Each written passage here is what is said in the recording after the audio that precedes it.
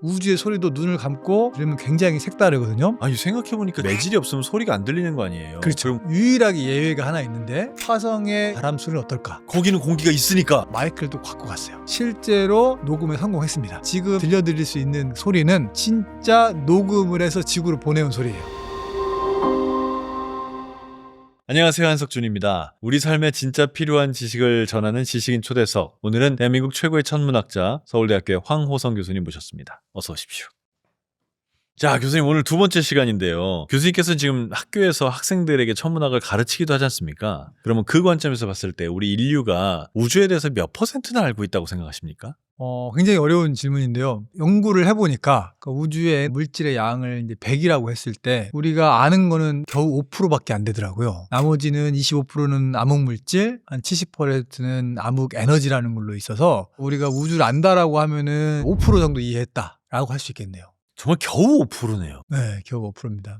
전 세계에서 이제 우주 연구가 시작을 했습니다. 그래서 우주를 관측한 사진도 많고 뭐 전파망원경 사진 이런 건 우리가 많이 보고 있습니다만 우주에서 들리는 소리 이런 거는 잘 모르겠어요. 우주가 진공 상태니까 소리가 없을 것 같기도 하고 이 말이 맞는 말인가요? 원래 우리 소리라고 하는 거는 내가 박수를 쳤을 때 공기의 떨림으로 귀에 전달돼서 내 고막을 통해서 이제 내가 이제 그 인식을 하는 거거든요. 근데 만약 우주에 나가게 되면 이 떨림을 전달해줄 매질이라는 게 없다 보니까 소리가 전파될 수가 없어요. 그래서 원칙적으로 우주에서 무슨 일이 일어났을 때 그걸 들을 수가 없습니다. 그런데 이제 우리가 다양한 방법으로 우주의 소리라고 하는 거를 얘기를 할 수가 있는데 제가 그중에서 가장 좋아하는 것 중에 하나가 콘택트라고 하는 영화 포스터를 자세히 보시면은 영화 주인공 그 조디 포스터가 천문학자인데 불구하고 이어폰을 끼고 나옵니다. 이제 그분이 하는 일이 외계인을 찾으려고 하는 거였거든요. 전파망원경으로 오는 신호를 우리가 들을 수 있는 가천 주파수로 변환을 해서 소리 신호처럼 그거를 듣거든요. 들어서 뭔가 규칙적인 신호, 인공적인 신호를 찾으려고 그렇게 하는 게 나옵니다. 그래서 천문학자가 뭔가 소리를 듣는다라고 하면은 우주에서 오는 빛을 소리 신호처럼 변환을 해서 듣는 경우가 대부분이랍니다. 그렇지 실제 우리가 일반적으로 생각하는 그런 소리는 없다. 네. 그런데 유일하게 예외가 하나 있는데 화성은 다행인 게 대기가 조금 있거든요. 궁금하잖아요. 화성의 계곡에 부는 바람 소리는 어떨까? 거기는 공기가 있으니까. 그렇죠. 대기가 있으니까. 그래서 퍼서비어런스라고 하는 로버가 그때 마이크를 또 갖고 갔어요. 실제로 녹음에 성공했습니다. 네. 그래서 지금 아마 이제 들려드릴 수 있는 그 소리는 화성에서 진짜 녹음을 해서 지구로 보내온 소리예요. 화성의 소리를 한번 들어보시겠습니까? 좋습니다. 화성의 소리 한번 들어보시죠. 화성의 바람 소리. 너무 그냥 우리 동네 바람 소리 같아. 진짜 너무나 그냥 그렇죠. 제주도 들판에 들어오는 바람 소리 같기도 하고. 그래서 이제 만약에 우리가 화성에서 커피 한 잔 마시면서 즐길 수 있다면 제주도에서 좋은 커피숍에서 커피를 마시면서 바람 소리를 듣는 것처럼 화성에서도 그런 날이 올지도 모르겠어요. 아니 생각해보니까 진짜 매질이 없으면 소리가 안 들리는 거 아니에요. 그렇죠. 그럼 우리 어렸을 때 봤던 애니메이션에 뭐 우주선이 우주에서 출발하는데 갑자기 부앙 하면서 빠르게 나가고 거짓말이네요. 그렇죠. 우리 은하철도 999 기차가 막 가면서 연기도 연기도 부으면서 소리도 나고 하는 게 다 이제 말이 안 되는 거긴 한데 어떤 거를 이제 우리가 오감이라는 거 있잖아요. 당연히 이 눈으로 보는 거에서 얻는 즐거움과 그런 느낌과 실제로 만지고 소리로 듣는 감각은 또 다르거든요. 갑자기 얘기하는 거긴 한데 시각 장애인들을 위해서 천문학자들이 뭘 했냐면은 우리가 알고 있는 천체, 은하들을 판화 같은 걸로 양각을 해서 만든 교구가 있어요. 나선은하, 타원은하 같은 거를 눈을 감고 만져서 우주를 느낄 수 있게 되게 느낌이 색다르거든요. 마찬가지로 우주의 소리도 눈을 감고 들으면 굉장히 색다르거든요. 그런 소리 중에 하나가 예를 들면은 또 뭐 블랙홀 같은 소리 있는데 블랙홀 소리요? 이거예요? 이건데 블랙홀은 빛도 빠져나오지 못하고 아무것도 빠져나올 수 없는 그런 되기 때문에 당연히 이거는 이제 직접 제대로 들은 건 아니고 블랙홀 주변에 사진을 찍었더니 주변에 가스가 많이 있거든요. 가스의 모양을 보고 분포의 밝기를 소리의 주파수로 바꿔치기 한 거예요. 그래서 밝은 데는 소리가 높은 거, 뭐 어두운 데는 소리가 낮은 거 이렇게 치환을 해서 블랙홀 주변의 가스의 분포를 이렇게 한 바퀴 뺑 돌면서 들을 수 있게 시간에 따라서 주파수가 변할 수 있게 그렇게 만든 소리거든요. 이걸 듣고 있으면 블랙홀 주변에 물질의 분포가 어떻게 되어 있을까라고 상상을 하라는 건데 상상이 잘 안 되긴 하죠. 그러니까요. 그 상상은 안 들고 무슨 영화에 나오는 괴물 소리 같다 이런 맞습니다. 소리만 듭니다. 아, 맞습니다. 예. 다른 거 한번 들어볼까요? 또? 또 있습니까? 아, 또 있습니다. 예. 우주 소리 많네요. 이건 뭐예요? 이거는 이거는 그거예요. 옛날에 저희 아날로그로 라디오 잡던 그렇죠. 시절에 주파수 잘못 잡았을 때 나오는 소리. 맞습니다. 맞습니다. 예. 그런데 이제 우리가 행성 주변에 플라즈마라고 하는 거는 우리가 양성자, 전자 이런 전하된 입자들의 어떤 덩어리라고 해야 되나? 흐름이라고 하는 게 있는데 걔네들도 말하자면은 매질처럼 얘가 진동이라는 걸 하거든요. 진동이라는 거는 말 그대로 이제 주파수라는 거가 있으니까 소리의 주파수처럼 변환을 시켜서 우리가 들을 수 있게 한 건데 원칙적으로는 소리로 들으면 굉장히 해기망측하잖아요. 것처럼은 큰 의미가 없긴 해요. 없다는 거는 이거를 과학적으로 주파수를 있는 그대로 분석하면 뭔가 얘가 중요한 과학적 사실을 알려주는데 얘를 소리로 변화시켜 놓고 보니까 이건 음악도 아니고 음의 진행이다 보니까 재미로 뭔가 우리가 우주를 소리로 느낄 수 있다라는 그런 관점이라고 할 수 있겠네요. 근데 한 가지 이제 소리 얘기 나와서 하는 건데 옛날에 케플러라고 하는 천문학자가 태양을 행성들이 막 도는데 행성들이 도는 거리를 재봤더니 이게 뭔가 규칙이 있는 거예요. 태양으로부터 멀어졌다가 가까워졌다가 거리를 예를 들면은 음계로 바꿔치기 한 거예요. 그래서 거리가 가까울 때는 음이 높고 거리가 멀 때는 음이 낮고 그래서 음악을 만들었어요. 행성의 운동을 음계로 바꾸는데 소리를 들으면 너무나 지루해요. 왜냐면은 행성의 운동을 거리를 보면은 가까워졌다가 멀어졌다 이러거든요. 음이 높아졌다가 얼었다가. 근데 이제 케플러가 행성의 운동을 규칙을 찾고 나서 붙인 이름이 조화의 법칙, 하모니의 법칙이거든요. 그래서 그 음악의 제목이 코스믹 하모니, 그래서 우주의 하모니라 그랬어요. 저 처음에 잔뜩 기대라고 들었거든요. 그런데 이게 뭐야? 실망을 많이 했는데 그래서 여러분들이 우주의 소리라고 찾아서 들으시면 실망하실 수 있습니다. 자, 여러분 함께 실망하시죠. 하나씩 들어보겠습니다. 먼저 토성인가요? 케플러가 한 건 아닌데 이거는 마찬가지로 토성의 고리는 주로 먼지로 이루어져 있는데 그 먼지의 양을 가지고 또 그 주파수로 바꿔치기 한 거예요. 자, 이거는 저기 캠핑 가서 장작불 피우는 소리 같고요. 그 다음 뭐죠? 요거는 재밌는데 태양의 소리거든요. 우리가 태양을 그냥 가만히 보면 굉장히 정적이잖아요. 시간에 따라 별로 안 변할 것 같잖아요. 근데 태양을 진짜 가까이서 또는 다른 파장에서 보면은 쉴 새 없이 많은 일들이 벌어져요. 그래요? 네. 지금 보시는 저 영상도 시간에 따라 진짜 태양이 저렇게 변하는 거예요. 거기 뭐가 있어요? 뭐가 있냐면은 우리가 태양이 빛나잖아요. 빛난다는 얘기는 뭐냐면은 그 안에서 핵융합 반응을 해서 자꾸 에너지가 막 나오고 있는 거예요.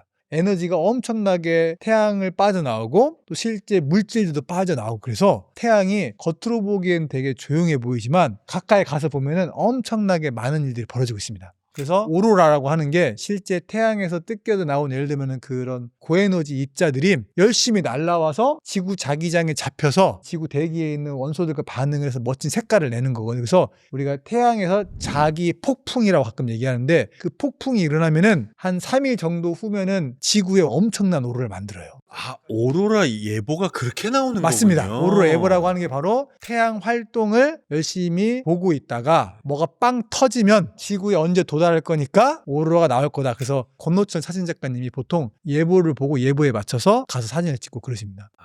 그래서 정말 심하면 헬싱키에서까지 보인다고 하더라고요. 맞습니다. 그래서 실제로 작년에 놀랍게 우리나라에서도 보였습니다. 이게 다 결국엔 태양의 활동과 관련이 있습니다. 와, 어우, 태양의 활동에 대해서 뭐 전혀 몰랐는데. 태양이 생각보다 위험한 놈이에요. 몇 년 전에 핸드폰이 먹통이 된 적이 있어요. 한 몇 분 정도. 그게 바로 태양의 활동 때문에 통신의 문제를 얘가 일으켰어요. 그렇게도 되는군요. 네, 그래서 태양이 정말 여러 가지 위험합니다. 전혀 생각하지 못한 일들이 벌어집니다. 이 단가요? 하나 또 봐요? 지구. 지구 소리. 지구 자기장과 태양 폭풍의 상호작용으로 생성되는 자기 신호. 이것도 진짜 소리가 아니라 자기 신호를 소리로 치환한 거예요. 그래서 자기장이 어떻게 계속 시간에 따라 변하는지를 그거를 소리로 바꿔치기 한 거죠. 그러니까 지구라고 하는 게 겉으로 보기에는 굉장히 정적일 것 같은데 태양의 활동을 막아내고 있고 실시간으로 방패처럼 그게 바로 자기장이 하는 일이에요. 그래서 지구 자기장이 없으면 태양에서 직접적으로 날아오는 그걸 우리가 태양풍이라고 하는 태양에서 나오는 바람처럼 그 입자들이 지구를 덮쳐서 지구인들이 살 수가 없어요. 혹시 화성은 자기장이 있나요? 아, 좋은 질문. 그래서 화성 초기에는 자기장이 있었어요. 지금은 없어요. 그러면 화성에 우리가 이주해도 태양풍을 막을 방법은 따로 생각해야 되네요? 그래서 인공 자기장을 만들려고 하는 게 계획의 일부입니다. 아, 이미 저 같은 생각을 다 했군요. 그러게요. 예. 혹시 뭐 내가 오늘 특이한 생각을 했을 리가 없지. 너무나 대단한 거예요. 왜냐하면 그게 바로 자연스러운 생각의 흐름인데 과학자들이 보통 하는 그 생각의 흐름을 스스로 해낸다는 건 대단한 거예요. 아, 그런 겁니까? 네. 칭찬해 주셔서 아, 감사합니다. 그래요? 네. 이제 빅뱅 이론을 좀 여쭤보고 싶은데 사실 빅뱅이 이제 뭐 138억 년 전인가요? 그때부터 우주가 빵 터져서 생겼고 그때부터 오늘날까지 계속해서 조금씩 커지고 있다 이런 얘기를 하지 않습니까? 그러면 우리 우주는 얼마나 큰지 팽창이 끝나야 알 수 있는 건가요? 빅뱅 이론이라고 하는 거가 현재 우주론의 이제 말하자면 정설처럼 생각을 하는데 빅뱅 이론을 얘기할 때 한 가지 주의해야 될 점이 있는데 뭐냐면은 우리가 우주의 어떤 한 점에서 폭발한 거라고 얘기하면 안 되긴 하거든요. 왜냐면은 우리가 살고 있는 이 우주 공간은 무한하다고 생각하시면 됩니다. 무한한 이 시간과 공간이 빅뱅과 함께 같이 생겨났다고 생각을 하면 되는데 빅뱅이 일어난 데는 우주 공간에서 어디입니까? 라고 물어볼 수가 없어요. 왜냐하면 이게 전부가 다 같이 생겨났기 때문에 특정 한 점을 얘기하는 거는 유의하셔야 될 한 가지고 그러면 이 빅뱅에 의해서 우주가 생겨났다고 하는데 과연 이 우주는 끝이 있습니까? 라고 하는 질문에 답부터 하면 무한합니다라고 이제 답을 합니다. 그래서 우주가 생겨날 때부터 무한하게 생겨났습니다. 그러면 다시 교수님 대체 그게 무슨 말입니까? 무한한 게 어떻게 팽창하죠? 이렇게 생각하세요. 무한히 펼쳐진 바둑판이 있어요. 근데 이 바둑판의 격자와 격자 사이가 점점점 늘어나고 있는 거예요. 근데 바둑판 자체는 무한하게 펼쳐져 있고 그래서 바둑판 격자에 바둑돌이 있잖아요. 바둑돌이 바로 은하 같은 거예요. 이 바둑판에서 은하들이 막 격자를 넘나들면서 운동하는 게 아니라 바둑판 자체가 팽창을 하고 있기 때문에 한 은하가 바둑판 격자에서 다른 은하를 보면은 똑같은 한 칸이지만 계속해서 멀어져 가는 거예요. 그래서 여러분들이 생각할 때 우주 팽창이라고 하는 거는 은하들이 막 서로 멀어져 있다기보다 공간 자체가 바둑판처럼 팽창하고 있다. 이렇게 생각하시면 될 것 같습니다. 뭔가 이렇게 상상은 잘 안 되는데 그게 연구의 전제 조건인가? 이런 생각이 좀 듭니다. 그러니까 이제 무한하다는 거를 이제 우리가 상상하기 이제 어려운 건데 한 가지 예를 들어볼게요. 우리가 2차원 공간에 풍선이 있다고 생각을 해봐요. 이 풍선의 표면에 개미가 살고 있다고 해봅시다. 개미가 느끼는 우주는 이 풍선의 표면이라고 생각을 해보세요. 풍선 점점 커지고 있어요. 근데 얘는 풍선 우주의 중심을 몰라요. 왜냐? 얘는 2차원 평면에서만 우주를 느끼는 거예요. 3차원에 있는 우리가 보기에 이 개미가 살고 있는 풍선 우주의 중심을 알죠. 근데 그런 것처럼 비슷한 질문으로 우주의 중심은 어디냐? 라는 질문을 할 수 있잖아요. 개미랑 비슷한 거예요. 2차원 개미처럼. 우리는 열심히 중심을 찾으려고 하는데 아마도 우리보다 한 차원 높이 있는 사람들은 중심을 보고 있을지도 모르겠어요. 하지만 우리는 상상하기 어려운 거죠. 그럼 그 관점으로 얘기하면 우주의 끝도 알 수 없는 거 아닙니까? 물리적인 공간은 무한하다고 하지만 빛으로 관측할 수 있는 공간은 유한하다고 얘기를 하거든요. 그러니까 이게 무슨 말이냐면은 우주 자체는 무한하지만 우리가 느끼고 감지할 수 있는 우주는 유한해요. 이게 왜 그러냐면은 제가 한번 설명을 해볼게요. 한석준 아나운서님을 본다는 건 무슨 말이냐면은 빛이 형광등이 아나운서님을 때려서 제 눈에 들어오는 거예요. 근데 이 빛의 속도가 1초에 30만 킬로미터를 가요. 그래서 실제로는 거의 찰나의 순간이지만 0.00001초를 걸려서 제가 아나운서님을 보는 거예요. 이걸 더 확장하면 우리가 어떤 천체를 본다는 거는 그 천체가 빛을 내면 빛이 열심히 달려서 저한테 오는 거예요. 제가 지금 본다는 거는 그 천체가 과거에 낸 빛이 시간을 걸려서 저한테 과거의 모습을 보여주는 거죠. 지금은 딴 데 가 있을 수 있는 거고. 그래서 멀리 있는 천체를 볼수록 우리는 뭐냐면은 초기 우주의 모습을 보는 거예요. 왜냐? 현재 보려면 멀리 있는 놈은 진짜 오래전에 빛을 발사하고 그게 열심히 달려서 이제 제가 지금 보는 거예요.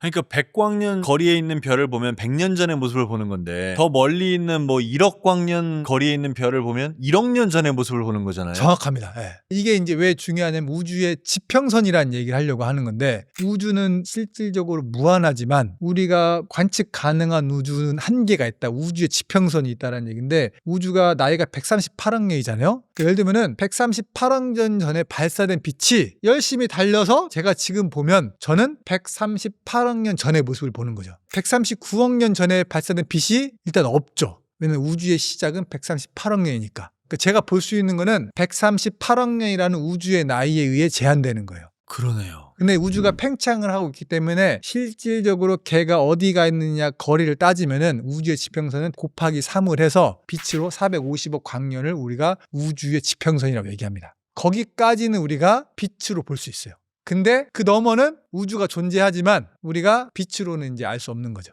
그 가수 유나 씨의 노래 제목도 있잖아요. 아, 그렇죠. 우리가 유나 씨를 아주 좋아합니다. 사건의 지평선. 그래서 블랙홀의 크기를 얘기할 때 거기서 바로 나오는 게 이제 이벤트 허라이즌이라고 하는데 그 사건의 지평선이 이제 노래 제목이고 저희가 유나 씨를 천문학회에서 홍보 대사로 위축하고 싶었는데 기회가 되면 한번 연락 한번 주세요. 그러면 그 우주의 너머엔 뭐가 있나요? 경계를 정의해야 이 뒤에 뭐가 있냐고 물어볼 수 있을 거잖아요. 그래서 우주는 무한하기 때문에 경계를 정의할 수 없고 물리적인 우주에서는 이제 어떤 경계 너머에 뭐가 있냐고 물어보는 거는 질문 자체가 성립이 안 하는 건데 궁금하잖아요. 우리가 살고 있는 우주가 정말 우주의 전부냐? 그래서 이제 우리가 우주라고 하는 거를 영어로 하면은 유니버스거든요. 유니가 뭐냐면은 하나라는 뜻이에요. 그래서 천문학자들이 또 무슨 말을 만들어냈냐면은 멀티버스라는 말을 만들어냈습니다. 다중우주, 우리나라 말로. 그러니까 우리가 살고 있는 하나의 우주는 유니버스고 이런 유니버스가 여러 개 있지 않을까. 그게 멀티버스, 다중우주가 아닐까 하는 게 천문학자들, 물리학자들이 생각하는 겁니다. 그럼 멀티버스도 이런 과학적인 근거가 있습니까? 그러니까 멀티버스가 처음에는 이제 사람들이 소설 같은 얘기처럼 하는데 또 놀랍게 양자역학 얘기를 하거든요. 또 양자. 오늘 뒷머리가 너무 아픈데. 양자역학이 뭐지 어렵지 않아요, 여러분들 뭔지. 그 양자역학의 재미난 것 중에 하나가 바로 모든 거를 확률적으로 설명하는 거예요. 그래서 다중우주권을 가끔 좀만 참아보세요. 그게 뭐냐면은 잘 참고 있습니다. 네네. 양자역학을 배울 때 재미난 게 뭐냐면은 당구공을 벽에 던진다고 생각을 해봐요. 던지면은 당구공이 벽을 통과할까요, 안 할까요? 뭐 안 하죠. 절대 안 하죠. 고전역학에서는 말이 안 되는 거예요. 근데 양자역학에서는 당구공이 이 벽을 통과할 확률이 0.0000000%가 있다라고 얘기를 해요. 확률적으로. 그게 현실적으로 잘 안 일어날 뿐이지. 그래서 고전역학적으로 있다 없다가 아니라 확률적으로 얼마가 있다. 이렇게 얘기하다 보니까 다중우주는 뭐냐면은 한석준 아나운서라고 하는 분이 여기에 있는데 다른 우주에 한석준 아나운서와 같은 파동 함수를 공유하는 또 다른 한석준이 존재할 확률이 있는 거예요, 여전히. 그럼 평행우주 아닙니까, 그러면? 같은 거예요. 평행우주라고 하는 거는 한석준이라고 하는 그런 확률이 거기에도 있어서 비슷한 생활을 하는데 다른 식의 일상을 풀어나가는 거. 다중우는 그냥 더 큰 개념으로 이런 우주가 여러 개 있다. 라고 이제 얘기를 하는 건데 아무튼 핵심은 한석준이라고 하는 게 1, 0 하나만 존재하는 게 아니라 다른 우주에 0.1% 확률로 존재할 수 있는 가능성이 있다는 거죠. 제가 한 명만 있으면 고전역학이고 제가 여러 명 있으면 양자역학이고. 그렇죠. 맞습니다. 다른 우주에 있는 한석준은 다르게 살고 있을 가능성이 있는 거예요. 그러네요. 근데 아인슈타인은 또 양자역학을 부정하지 않았습니까? 뭐 신은 주사위 놀이를 하지 않는다 이런 말도 하고. 그 관점은 뭔가요? 근데 이제 아인슈타인이 노벨상을 받았잖아요. 노벨상을 뭘로 받았냐면은 놀랍게 상대성 이론으로 안 받았어요. 그러면요? 광전 효과라고 하는 걸로 받았는데 광전 효과가 뭐냐면은 우리가 이제 철판이 이렇게 있으면 우리가 빛을 쐬주면은 어떤 특정한 주파수 이상으로 빛을 쏘아주면은 전자가 튀어나온다라고 하는 게 이제 그게 광전 효과거든요. 근데 이 광전 효과를 설명하려면 양자역학이 필요해요. 고전적으로는 이게 설명이 안 돼요. 주파수를 높였을 때 전자가 튀어나오는 거. 아인슈타인이 양자역학으로만 설명하는 효과를 본인이 얘기해서 노벨상을 받은 거예요. 근데 아인슈타인 본인 자체는 양자역학을 안 믿는 거죠. 이게 무슨 소리예요? 그러니까 물론 자기도 광전 효과를 발견할 때는 양자역학을 염두에 두고 했는지는 정확히 모르겠지만 결과적으로는 양자역학으로만 설명이 가능한 거고 자기는 양자역학을 안 믿는다고 한 거는 뭐냐면은 저도 공감을 하는 게 우리 일상생활에서 아까 얘기했잖아요. 당구공을 벽에 던지면 100번을 던져봐요. 절대 벽을 통과하지 못하죠. 근데 양자역학에는 확률이 0.00001%라도 있다라고 얘기하면 100만 번을 던지면 언젠가 한 번은 당구공이 벽을 통과할 수 있는 거예요. 그러니까 실생활의 직관과 너무 다른 거잖아요. 그래서 이제 아인슈타인이 굉장히 안 좋아했던 게 바로 그런 거예요. 직관과 너무 다르니까. 근데 과학적인 계산과 과학적인 실험을 해보면 양자역학이 맞다는 게 너무나 명백하거든요. 그래서 양자역학은 있어야 됩니다. 그 실생활에서도 우리가 많이 보고 있고요. 양자역학이 우리 실생활과 관련 있는 부분이 있습니까? 네온사인 같은 색깔이 달리 할 수 있는 게 그러니까 쉽게 얘기하면 색깔이 다른 게 뭐냐면 자꾸 쉽게 얘기하면이라는 말을 많이 하시는데 하나도 안 쉽거든요. 우리가 이제 빛이 빨주노초 파남보가 있잖아요. 색깔이 다른 게 이 파장이 길고 짧으냐에 따라 다르거든요. 그 네온사인의 색깔이 달리 보이는 거는 파장이 다른 빛이 나오기 때문에 그런 거예요. 사람들이 파장이 다른 빛을 만들 수 있어요. 어떻게? 전자가 이 원자 내에서 에너지 준위 차이, 레벨 차이가 얼마 차이가 나야 빨간 빛이 나오는지, 얼마 차이가 나야 파란 빛이 나오는지 이미 알고 있어요. 파란색 빛을 만들고 싶다. 그럼 파란색 빛의 에너지 준위 차이가 나는 것들을 걷다 넣어놓고 빛이 나게 전기적인 신호를 주는 거예요. 레이저 같은 경우도 우리가 레이저라고 하는 거는 가장 중요한 건 뭐냐면은 특정 한 파장의 빛만 나오는 거거든요. 태양을 보면 뭐 색깔이 특별히 느껴지지 않잖아요. 근데 얘를 이제 프리즘이라고 하는 걸 통과시켜 보면은 빨주노초 파남보가 다 나오잖아요. 그러니까 그 말은 무슨 말이냐? 태양에는 파장이 짧은 빛과 파장이 긴 빛이 다 같이 섞여 있어요. 레이저라고 하는 거는 파장이 하나인 빛만 갖고 있는 거예요. 양자역학에서 에너지 준위 차이가 하나 나는 게 있잖아요. 그럼 여기에서만 계속 빛을 내게 강제적으로 만들어낸 거예요. 반도체 이런 것도 다 양자역학 덕분에. 그래서 양자역학이라는 게 우리가 굉장히 얘기하면은 막 이상하지만 실제 과학적으로 많이 이해가 되고 실생활에 이런 과학기기, 전자제품에 다 들어있습니다. 안 들어있는 게 없겠네요. 그렇죠. 반도체하고 레이저 나오면. 그러니까 왜 그러냐면은 이 원자 레벨을 컨트롤하는 게 바로 양자역학이거든요.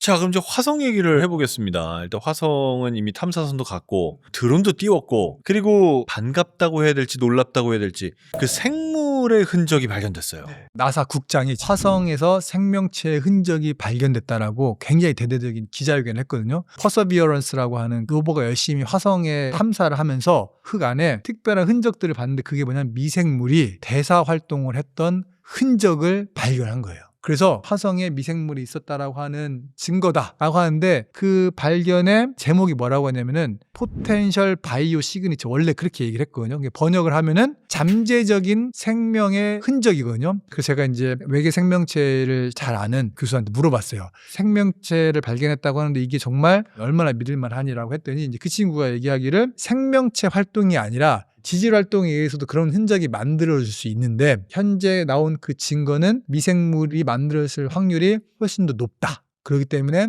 나사 발견이 꽤 그럴듯하다. 근데 여전히 100%는 아니다. 근데 하필 나사가 100%가 아님에도 불구하고 왜 그걸 지금 발표를 했는가? 거기에 약간 노림수가 있는 게 나사 예산이 올해 40%가 삭감됐거든요. 나사 국장이 이제 발표를 할 때 뭐라고 했냐면은 트럼프 대통령이 1기 임기 때 발사한 인공위성에서 발견했다라고 트럼프를 칭송하는 그런 말로 기자회견을 시작을 해요.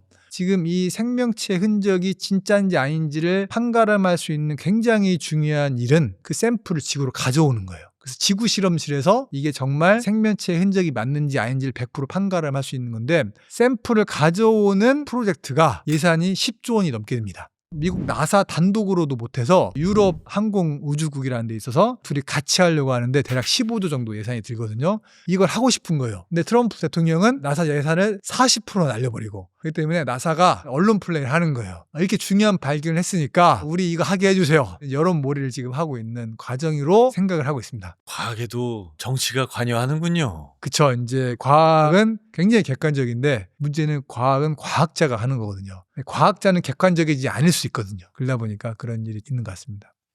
어쨌든 증거로 볼 수도 있는 그런 게 나왔다는 점에서는 참 놀랍네요. 근데 참 이거를 우리가 평소에 쓰는 말로 바꿔서 얘기하면 좀 웃겨요. 왜냐면 우리가 누군가의 똥을 찾아서 지금 신난 거잖아요. 중요한 거는 화성에는 현재 활동 중인 생명체는 아직까지 우리가 못 봤어요. 화성은 현재 생명체가 살기에 좋은 환경이 아니거든요. 자기장도 없고 대기도 굉장히 희박하고 그래서 현재 생명체가 있을 가능성이 굉장히 낮습니다. 생명체가 현존하는 건 아닐 거라고 본다면 그럼에도 불구하고 왜 우리 이렇게 화성 가지고 좋아하는 거예요? 우리가 화성을 좋아하는 건 약간 역사적인 이유가 있어요. 이탈리아 천문학자 스키아벨리라는 사람이 화성을 망원경으로 관측을 하고 그림을 그렸어요. 근데 화성에 보면은 물이 흐른 흔적 같은 게 있거든요. 그래서 이탈리아 말로 카날리라고 써놨어요. 뭐냐면 이제 수로. 문제는 이거를 영어로 번역을 하다가 카날리를 카날로 CANAL로 번역을 했거든요. 인공적으로 만든 운하라는 뜻이 있어요. 그러다 보니까 책을 접한 사람들은 화성인이 있나? 라는 생각으로 상상에 빠지기 시작한 거예요. 그때부터. 그래서 그 번역이 하나 잘못됨에 따라서 많은 사람들이 화성 생명체에 빠지게 됩니다. 그 대표적인 사람이 로엘이라는 천문학자인데 화성인을 찾겠다고 열심히 관측을 합니다. 그 사람이 만든 천문대 이름이 로엘 천문대라고 미국 아리조나 주에 있는데, 근데 끝내 화성을 못 찾았는데 불행 중 다행인 거는 그걸로 명왕성을 발견해요. 미국 천문학자 톰 보우라는 사람이 그 로엘 천문대에서 명왕성을 발견을 했고, 로엘은 끝끝내 화성인이 있다고 믿었어요. 천문학자임에도 불구하고. 그분이 재미난 거는 그분이 한국에도 왔었어요. 네. 그분이 한국에 와서 쓴 책의 제목이 뭐냐면은 The Land of Morning Come이거든요. 고요한 아침의 나라가 바로 그분이 처음 쓴 말씀이 있어요. 그래요. 네, 지금 우리나라 모 항공사에서 쓰고 있는 타이틀이기도 한데. 모닝컴 클럽이 바로 거기서 온 거예요. 우리하고 아주 인연이 깊은 분이네. 그렇죠. 네. 아니, 이야기 흘러가다 또 약간만 또 옆길로 좀 새자면, 일론 머스크는 인류가 여러 행성에 살아야 된다라는 얘기를 하지 않습니까? 이거에 대해서 어떻게 보시나요? 근데 스페이스 X의 그 모토가 그건데, 아까 얘기했듯이 화성을 우리가 이제 개척하는 데 있어서 이제 여러 가지 문제가 있긴 해요. 지구인이 화성을 개척해도 된다라는 걸 누가 해줬냐? 만약에 화성에 어떤 우리가 모르는 생명체나 뭐가 있으면 그 사람들 입장에서는 우리가 침입자가 되는 거잖아요. 그렇기 때문에 그런 윤리적인 문제가 있고, 뭐 일론 머스크 행보에 대해서 논란이 많긴 한데, 개인적으로 봤을 때는 나쁘게 얘기하면 미친 생각, 좋게 얘기하면 대담한 생각을 하는 사람이 있다는 건 저는 찬성합니다. 누군가는 그런 대담한 생각을 해서 앞으로 나아가야 새로운 거를 만들어내고, 그런 관점에서는 찬성하는 거지, 화성을 개척하는 게 정당한 일이냐, 그런 거는 생각해 봐야 될 문제라고 생각합니다. 우주에 대해서 관심이 많은 사람들하고 얘기를 해보면 왜 그렇게 우주 관련된 영상을 보고 이런 걸 보니 그랬더니, 일상에서 스트레스를 받고 힘든 일이 있을 때 우주 관련된 공부를 하다 보면 그러니까 위로를 받는다 그러더라고요. 교수님도 그러십니까? 네, 맞습니다. 정확합니다. 그래서 제가 이제 또 좋아하는 그 천문학자 중에 한 명이 칼 세이건이라는 천문학자인데, 칼 세이건이 행성 탐사선을 이제 보냈어요. 굉장히 비싼 카메라를 들고 가고 있는데, 근데 칼 세이건이 나사에 제안을 한 거예요. 그 인공위성을 돌려서 지구를 한번 사진을 찍어보면 어떨까요? 근데 이제 문제는 사람들이 반대를 했어요. 왜냐하면 그 카메라가 너무 비싸기 때문에 얘를 잘못 돌리다가 태양을 보게 되거나 뭐 문제가 생기면 이 카메라를 완전히 망가뜨리게 버리는 거예요. 그래서 이거 하면 안 된다라고 했는데, 결과적으로는 다 해보자라고 해서 사진을 찍었는데 우리가 찍힌 지구를 보니까 점으로 찍힌 거예요. 창백한 푸른 점이라는 말이 바로 거기서 나온 말이에요. 그 말은 뭐냐면은 태양계만 가도 지구는 점으로밖에 안 보이거든요. 근데 더 멀리 가면 정말 점도 안 되는 거예요. 이 점도 안 되는 이 지구에서 우리는 아둥바둥 싸우면서 네가 잘났네 내가 잘났네 하는 거예요. 그래서 우주는 너무나도 크기 때문에 이런 우리의 어떤 고민들이 부질없어 보이는 거죠. 저도 천문학자로서 항상 그런 생각을 하면서 살고 있지만, 친구가 나만 잘하는 거 보면 정말 나는 왜 안 될까? 그 생각과 똑같습니다. 그런 면에서도 우주를 좀 공부를 해봐야겠네요. 그렇죠. 그래서 천문학을 공부하면서 많은 것들이 이제 좋은데, 그 중에 하나가 겸손하게 사람을 만든다는 게 굉장히 중요한 점인 것 같습니다. 그래서 항상 천문학자들은 겸손하게 하려고 노력하고 있습니다. 우주에 관심이 있지만 아직 우주를 제대로 공부해보진 않은 사람들에게 첫 번째로 이거부터 보세요 라고 마지막으로 한마디 남기신다면? 당연히 밤하늘을 올려다보세요라고 말씀드리고 싶습니다. 도시에 살고 계시면은 밤하늘을 올려다볼 생각조차 못하는 경우가 정말 많거든요. 항상 스마트폰으로 이제 땅만 보고 다니기 때문에 밤하늘에 올려다보면 생각보다 별이 꽤 보여요. 또 기회가 되시면 시골에 좀만 나가도 천문대가 도시 곳곳 또 시골에 많거든요. 많아졌더라고요. 네, 그래서 서울 시내만 해도 시내에도 곳곳 천문대가 있어요. 그런데 가면은 망원경으로 우리가 아는 안드로메다 나 이런 걸 볼 수가 있어요. 진짜 가서 보시면 또 다른 경험입니다. 알겠습니다. 오늘 천문학에 관한 많은 지혜 감사합니다. 자, 여러분, 천문학에 관한 시간이었습니다. 우리가 매일매일의 삶이 매우 힘들지만 저 창백한 파란 점 하나 위에 살고 있다는 걸 한 번쯤 생각해 볼 수 있는 계기가 바로 천문학이라고 하니 여러분도 한번 관심을 가져보시면 어떨까 합니다. 자, 황호성 교수님과의 즐거운 시간 여기서 마무리 짓겠습니다. 시청해 주셔서 고맙습니다.